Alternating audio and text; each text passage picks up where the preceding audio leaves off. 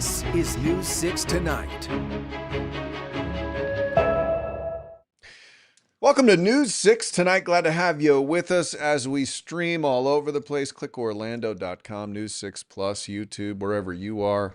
We are, and we're glad to have you with us. That on sounded like a this threat. Thursday. Wherever We are. sounds like we're. It's Here's like what I'm trying to say. We're obsessed with you. So wherever you are, we're going to be there giving Exactly. you that news. Yeah, so happy that you were able to make some time for us for this Thursday edition. We have burned through this week. One more day and boom, here's the weekend. Yeah, but we still have a lot of news to get to. That's Matt Austin, by the way. I'm Ginger Gadsden. Appreciate you tuning in. Yeah. We're going to Did I write to just a do couple that? I of. just did this.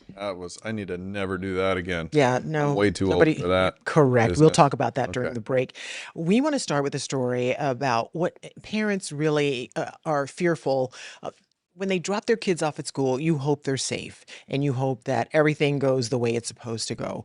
Well, today we had a guy who was just creeping around this school campus at Satellite Middle High School, and he got onto campus somehow. He parked his car, got onto campus, and the weird thing is that this is not his first time on a school campus. He lives in the neighborhood. Acting weird. Too. It is so scary. Our community correspondent James Barbero picks up the story. At Space Coast Junior Senior High School, parents are here early picking up their children after they heard this morning the school was on lockdown. It's crazy times we live in, you know? It's so scary. The Brevard County Sheriff's Office tells me it's all because this man, Marvin Guth, parked his car on school property. Deputies then say Guth left the car and he went home, where he lives just down the street in the same neighborhood. Deputies say he's known to this school because he's been trespassed before, specifically from Enterprise Elementary, which is right next to Space Coast Junior Senior High. In March, deputies say Guth threatened to burn down the school. I've censored the profanities in his arrest report, but it reads, Guth said, "I told these punk kids I'm going to kill them and burn this school to the ground. I'll make sure I get a school album with their names on it and make sure everybody knows their picture and their name for eternity." Guth was sentenced to a month in jail in this case. We're surprised that he's out and about and is able to go and do this. He probably just needs some help and not just be out on the streets waiting for his trial. Guth missed a hearing in an open case in which he's accused of threatening to kill deputies. The sheriff's office tells me he's now going to face a failure to appear charge as well. He's on his way back to the county jail on a no bond status. And that is what is frightening for these parents. He probably should not have been out and about roaming the neighborhood waiting for a trial to come, because what's to stop him from maybe breaching that campus yet again? And how many times is he going to have to do that before something really happens? And that's what you don't want.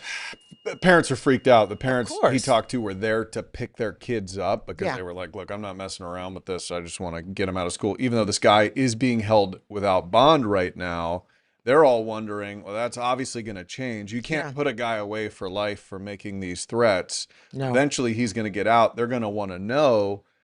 And it's just a tough situation And because there's what some do you do? You're going to have some, I mean, you'll have a school resource officer Yeah. there, but do you have somebody hopefully every hour of the day Who can making sure this guy protect doesn't these get back kids. on campus making these threats? Because when you see and you read those threats, they are some serious words that he's using, you know, and these are kids, man. And I don't blame those parents for picking their kids up. Just to make sure that everything's okay. It's like, hey, because you just, Yeah.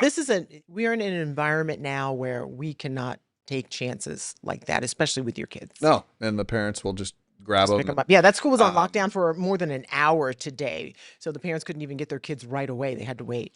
So we're going to keep people posted. Yeah. When this guy gets out, which he inevitably will. Hopefully, it feels like the kind of situation he needs some help, like that mom was saying there. she was understanding, but still, this is not the time for Yeah.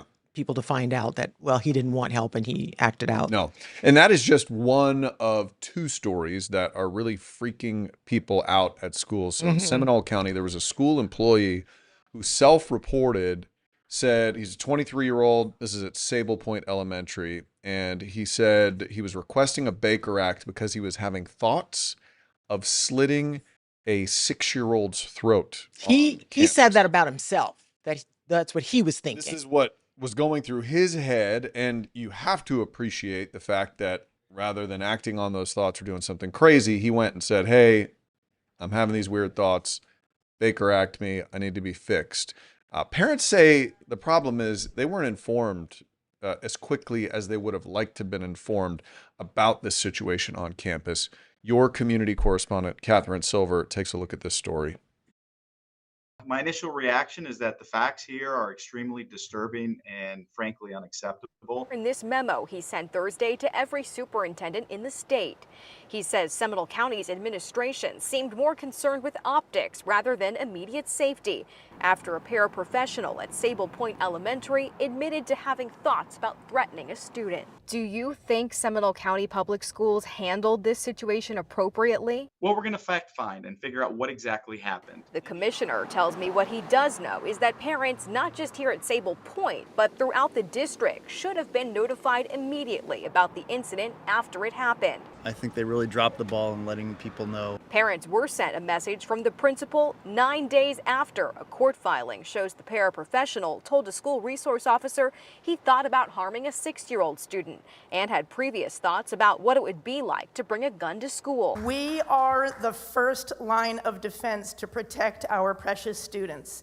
and you left us like sitting ducks. The superintendent addressed the backlash by offering insight about the employee's background and the conversations within the district since September. It's something that we are looking to see if we can do a better job.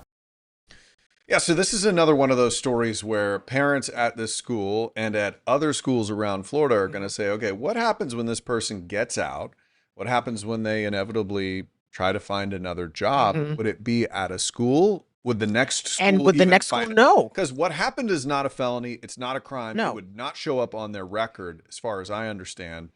I don't know if they can see what Baker Acts you've had, and it certainly doesn't have details on that. So they're going to have to figure out some things about the future moving forward with this particular person. I mean, And you don't want them to be punished because No, they you did don't. nothing wrong. But am I naive for thinking that these kinds of checks should happen anyway, especially if they're going to be on a school campus? No, I don't think you're naive for thinking that at all. I'm Because sure a I lot of thought- parents think, yeah, I'd like to know if a teacher were Baker acted. You know? And specifically why? If they were Baker acted for something that has nothing to do with harming children, that's If a it different. happened when they were a teenager. But you're specifically working around young children, saying you're having thoughts of hurting them. I really want to know that, because if you end up at another school, no matter where that school is, what's to stop those thoughts from happening, from popping up in your head again? And hopefully, you'll self-report, but there's no guarantee. No, but I do have a lot of empathy and respect for this person. 100%, 100%. Because I mean, nobody, it's a hard thing, a hard pill to swallow. You know you're going to lose your job Yeah. when you say this, but to protect the kids, they were willing to do that. So I have a lot of respect. I mean, but the for that. flip side of losing your job is if you acted out and did what your mind was telling you to do, and now these parents are left grieving, you're in trouble, and you've just disrupted a whole society. So yeah, kudos to the person who reported himself. That's, no shame. And because we always tell people, if you need help, Get reach it. out and And ask. that's what they did. And that's what he should have done. So But it's thank it's an goodness for uncomfortable that. situation in the future that Yeah. everybody's going to have to deal with. All right, another story that we have been talking about all week is the one where we hate that there's a Florida tie to this story, but the Palisades fire that happened in California in January, where 12 people were killed in this thing. It was like the biggest wildfire in California history when it happened, like 23,000 acres or something. Almost 7,000 structures burned to the ground in this thing. And it just burned for weeks. And the connection is the person who is accused of starting the fire is in Melbourne. Right. and that's what we don't want. But we had our community correspondent, Mike Valenti, dig into this guy's background and to see what he's been up to since in Florida, because that's something important that we need to know. Here's part of Mike's report. 29-year-old Jonathan Rinderknecht remains inside the Seminole County Jail as he awaits the next steps in the criminal proceedings for his alleged role in one of the most destructive fires in California history. Jonathan Rinderknecht's family staying quiet outside the federal courthouse Thursday, 2 days after Rinderknecht was arrested during a traffic stop made by West Melbourne police and ATF agents. Authorities made the arrest near his sister's house in West Melbourne, where Rinderknecht had been living for 5 months. During Thursday's bond hearing, we learned more about Rinderneck's time at this house, which included 2 recent visits by police. Prosecutors said that on September 17th, police were called to the house for an argument between Rinderneck and his brother-in-law. They say the brother-in-law told officers that Rinderneck said he would burn down the house. Authorities say that Rinderneck's father told officers that his son said he bought a handgun and would use it in self-defense against the brother-in-law if needed. An ATF agent testified Thursday that Rinderneck's family had expressed concerns about his declining mental state. And we learned that after his arrest, when authorities searched the house where Rinderneck was staying, they say they found Rinderneck's handgun zipped up inside a stuffed toy. Those details are frightening, especially that last one about the gun being gun zipped and the up stuffed toy. inside a stuffed toy, and the fact that he would allegedly threaten to burn down his own sister's house. Considering what he's accused of now. Yeah. And, Yeah. you know, and again, he has a very deep digital footprint that authorities are looking into as well, including things that he looked up on ChatGPT. It is just disturbing. And there are more things that we will probably learn about what he was doing in Florida from that time that fire started in January, because that's a big gap of time. You're talking about 9 months. And Yeah. specifically, there could be more things that he might be accused of or suspected of. We don't know yet. So we're going to keep a Yeah. close eye on this We know story. he was an Uber driver in California Mhm. when all of this happened, and then Uber said, "Yeah, you're wait. done with us." He came here to Florida, and then he was delivering Changed companies, DoorDash. yeah. Imagine all of the people who probably had this guy deliver their DoorDash. Now they're looking on the news and seeing what he is accused of. They're thinking, I hope I tipped him well, is probably what they're thinking. All right, so this is a story. It will continue to follow it. His next court appearance is scheduled for October 17th, and of course, we will be all Yeah. over that. We will be covering it for sure. A bunch of good stories left in this little casual newscast we call News 6 tonight, including one of my favorite stories of the month. We're saving sea turtles in the most beautiful way possible. That is coming up after the break.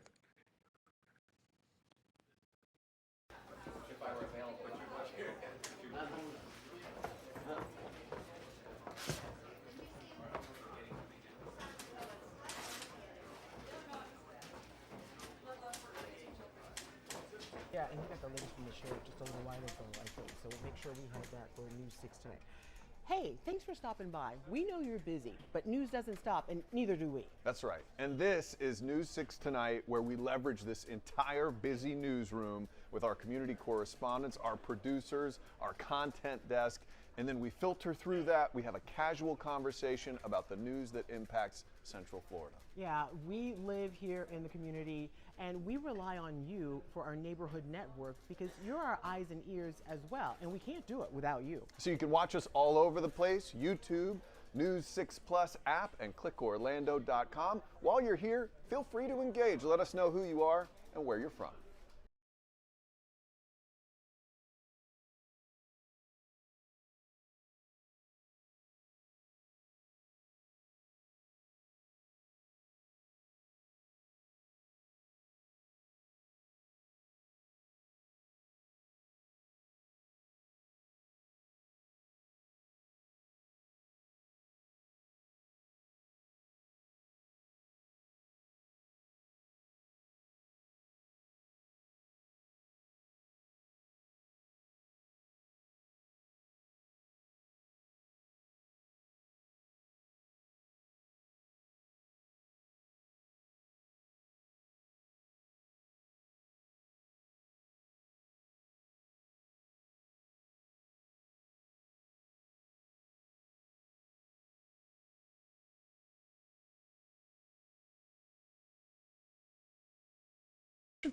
I hope so. Hey, welcome to our friends on YouTube. Let us know who you are, where you're from. We were just asking. We haven't seen any comments tonight, but sometimes we have the comments turned off accidentally.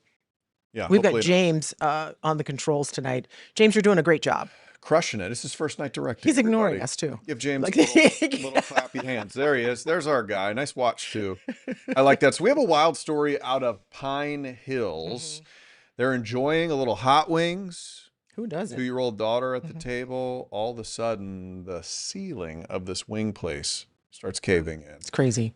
And they claim that they got some injuries out of this that were the result of this. They're okay, but got dinged up from it. Your community correspondent, Jarrell Baker, has the story. Torrance Stover says at Flyers Wings and Grill in Pine Hills, remaining open is neglecting what happened to his daughter, Deja Stover, when she was sent to the hospital after part of the restaurant ceiling came crashing down on her and her 2-year-old daughter on Monday. Her neck is hurting real bad, her back. She sustained 4 staplers in her head, cut laceration to her top of her head, so she's in pretty bad shape.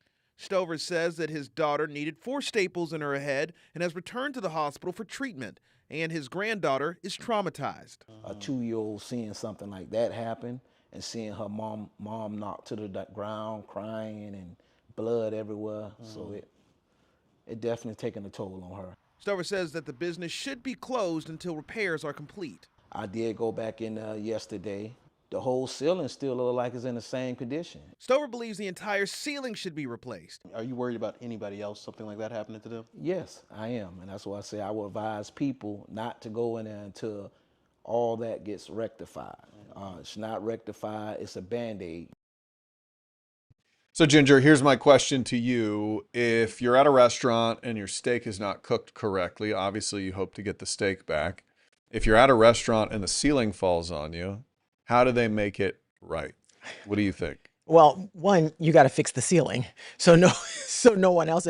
Fair. You know, if I'm okay and no one around me got hurt, it's like, hey, this is on Free us dessert? tonight. Free dessert cover you? You can, yeah, whatever. I would just be happy to walk out of there, especially if my 2-year-old is with me and no one got hurt. I'm like, I'll even pay the bill. I don't care. I just don't want anybody to get hurt. But yeah. Well, you're way sweeter than most of us. I mean, what's that gonna do? Got to cover that bill if the ceiling falls on me. What's that gonna do? For the Chances, record. yeah, that's the least they could do, and I'm sure they probably handled that sure, appropriately. So we're just glad that hopefully that everything will work out okay. And it could have been so much worse, though. I wouldn't have gone back to the restaurant, but he wanted to check it out and see what was going on. I definitely would have never gone back. No, yeah, but you know, it's just one of those things you're a little Yeah. shy when that happens the first time. Okay, so a story that we've been talking about, you teased it before we went to the break. Our animals in the area are just having a tough time, and specifically little sea turtles. The surf has been really rough. We've had some storms out there. We've had some weather here as well. And on Satellite Beach, the sargassum or seaweed is, I didn't know it could get this high. People are walking in it. It's like waist deep, ankle. It is thick out there. And what happens is those little hatchlings or washbacks, as they call them, get caught up in the seaweed and they can't get out. And so our community correspondent, Paul Giorgio, found a group of people who are helping not know this to happened. rescue these little sea turtles. Take a look. A week into October, it's been an endless summer of offshore storms. Nature, nature does what it's going to do. We can't stop Mother Nature, human nature that picks up the pieces. It's hit or miss, basically, and a little bit of luck, I think. That spirit is what drives Jamie Oliva They need our help. from the Sea Turtle Preservation Society. Right now, I'm looking for washbacks or post-hatchling sea turtles. Oliva and dozens of others sift through sargassum, or what you might call seaweed. Loggerheads are basically this color, tan and brown, and they could easily be camouflaged in this. So it's important to really sift through and make sure there aren't any babies. They're looking for these, baby sea turtles washed ashore by the rough seas. If these conditions continue, which it looks like, there's going to be a fresh batch coming in. Every hour or so, volunteers come and pick up the sea turtles that were found. They'll be transported to a rehab facility here in Brevard County, where they'll spend a couple of weeks before being released back out into the ocean. They treat them there, they give them some fluids. That's what it's all about. So these sea turtles can't help themselves. Hey, turtle rescue! Makes it worthwhile when you dig it. I mean, if they're in that sargassum and no one finds them, they will die. And that's what you do not want. And when Paul was out there, the woman said, oh, we've got about 100 right now. But by the time he left that day, there were about 225 that they had found. And they were going to go out the next day. That were saved. Oh my gosh, because they'll just dry up. They'll stay up there. They can't eat. They can't swim. What I love is that once they get rehabbed, they will get on a Coast Guard boat and the Coast Guard takes them out. So they get like Get a 'em limo past the ride. rough Yeah, yeah, surf. yeah. And take them out and let them go. That story makes my whole month because blew you your see mind, these, right? I never even knew this was a thing, but the fact that all these people learned about this and they decided to get out, that stuff stinks. Oh yeah. You ever been in that sargasm? Oh, not in it, but I've been near it and you could smell it. It's worse than sarcasm. It's terrible. So you get out there, it smells, it's sticky, it's gross. Yeah. And they're just digging through it, looking for these little needles in a haystack. And when you say needle in a haystack, they actually found a real needle. So that's the danger. They put themselves in a little bit of danger trying to save these little hatchlings, but that's why they wear the gloves to protect themselves and to stay safe. And when I saw this story the first time when we were airing it, I'm like, can I go out and help? Can I go out and help them? Because how great would it be to just find these little things? One. That's like the best Easter egg hunt ever. Yeah. Right? But they say if you find them, don't try to take it somewhere yourself. Call the authorities. They know what to do. You just pick them out. You just make sure you know where they are. Yeah, and you these can point people it aren't out. taking them home and putting them in their bathtubs. No, these or are something. trained professionals. Yeah. So thank goodness. I love that story. Good stuff. One of my favorites that we've seen in a while. All right, let's get you to our meteorologist, Jonathan Kagis, because the weather is complicated. I needed him to go over this in the afternoon meeting with me. Oh my Several gosh. times today. He I'm like, did some sketching on the whiteboard. right. I'm like, is it flooding because of the rain or because of the tides? And he's like, yes. Yes. Jonathan, Next question. explain it to Yeah, us. we actually have some breaking news right now, guys. We actually have to hit this. We have a flash flood warning in play already. the So noise we're we already heard. seeing some flooding going on. And the flash flood ones are the bad ones. The typical ones we get are the flood advisory ones, but the flash flood warnings is when your life and property are threatened here. So Cocoa into Cape Canaveral, that's where we have that green shaded box right here. And this is because of the rain. The tidal flooding, the saltwater flooding, that's what's going to come in for really tomorrow afternoon and into tomorrow evening and for the rest of the weekend. But for the overnight hours, we're going to be very concerned about Brevard County, especially as we're watching the heavy rain continue. We've already picked up about 2 to 5 inches of rain in the last couple of hours. And an additional 1 to 3 inches, if not even more, is expected over the next couple of hours. So this flash flood warning is going to roll until midnight, guys. And there is much more to come. That was one of our concerns today, as it's all kind of piling on with 2 distinct, very, very heavy rain bands. That's pure tropical moisture coming in. And when you see the lightning attached to it, that means that it is really taking advantage of any kind of instability out there and be able to take full advantage of the moisture that is out there. So I'm working on tracking this. We're going to obviously talk much more about this at 9:30. And of course at 10 o'clock and 11, it's a big focus, but a potentially dangerous night ahead with some flooding coming our way. Yeah, kudos to you, because we have been, and just full disclosure, sometimes as news anchors, we think we know everything. And because, you see the rain, oh, yeah, and it's flooding. And so he's like, Jonathan, it's raining out there and the flooding is bad. You're like, well, that's not what's causing it. Thank you for clarifying that and making sure that we get it right, because it's really important, because sometimes it's not raining and there could be flooding. So why is that? So you're explaining it. Rail Stalker just said that you're awesome, and we agree. And this is why. He's 'cause you awesome. break it down for us. I agree with him. Well, that Ginger, you're awesome. Oh, sorry. Go ahead, Jonathan. What were you No, I gonna was going to say? say, you kind of got it. It's going to be sunny this weekend, and we're going to see a lot of flooding on the coast. So that to your point, that's what the coastal flood or the saltwater flooding is. We're going to have complete sunshine on the coast, but there will be places that have significant flooding this weekend because of the tide and because of this coastal storm that's getting going. So for sure, it's 2 different things, but 2 different beasts. Both of them not good. All causing similar reactions. Yeah. So, Jonathan Kagis, thank you very much. Yeah. News anchors, we are right about everything. Come Okay, on. wow. After the break, And he was wrong about a that. police officer driving around in a McLaren. Are you okay with this? Is it your tax dollars? We'll talk about it after the break. Welcome to News 6 Tonight. We are so thankful that you're joining us here wherever you found us. Yeah, you know what this tells me? If you have made this your new streaming destination, it tells me you're smart. Also good looking, because you chose to watch the news in a different way. That makes you really smart. Anybody can give you the news from a teleprompter or an old newspaper. We do it in a fresh new way. That's right. So check us out wherever you like to stream. We have this app for your TV, News 6 Plus. You can find it on Roku and Amazon and whatever your smart TV is cooking. So thank you. We would love to hear your comments down Oh my below. gosh. Yeah. And then we'll show them. Yeah, we will. News 6 Plus. The plus is you. Ooh.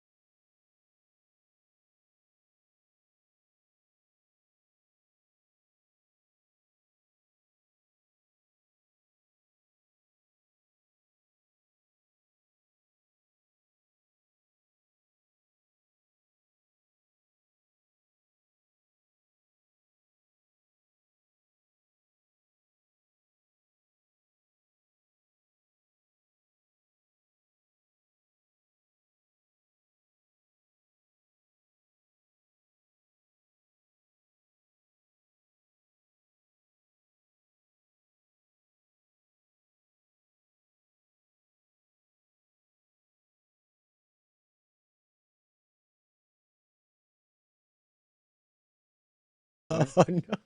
Hey, welcome back to News 6 Tonight. That was perfect timing for you to come back before Oof. Ginger started throwing those hands at me. We've got a cool story tonight about a police ride that's a McLaren, right? Have you ever seen a McLaren before? Oh, there's a dealership that took down my favorite hardware store and they made it a McLaren dealership. It's in my neighborhood. Oh, Yeah. maybe it's this McLaren. Probably. Let's take a look. I think we have some video of this thing. So this Look at that. is the sweet little supercar the Castleberry Police Department is sporting these days. Now you might think, is my tax dollars paying for a couple $100,000 McLaren to be driving around? No, actually, the McLaren dealership, that sweet dealership that took out your favorite hardware store, is the one possibly. It's got to be because there aren't It's the that only many one, yeah. dealerships. Yeah, they donated. Now they have this sweet little ride. That's and they're fantastic. taking it to events and stuff. Yeah, you're not going to get arrested in that because one, there's no backseat. I'd love to get arrested in that thing. You're going in the trunk. I'd Matt. get arrested. You're going in the Yeah, trunk. I don't think I would fit in the front seat of that car. Hey, thank you for watching News 6 Tonight. Have yourself a great one. We'll see you tomorrow.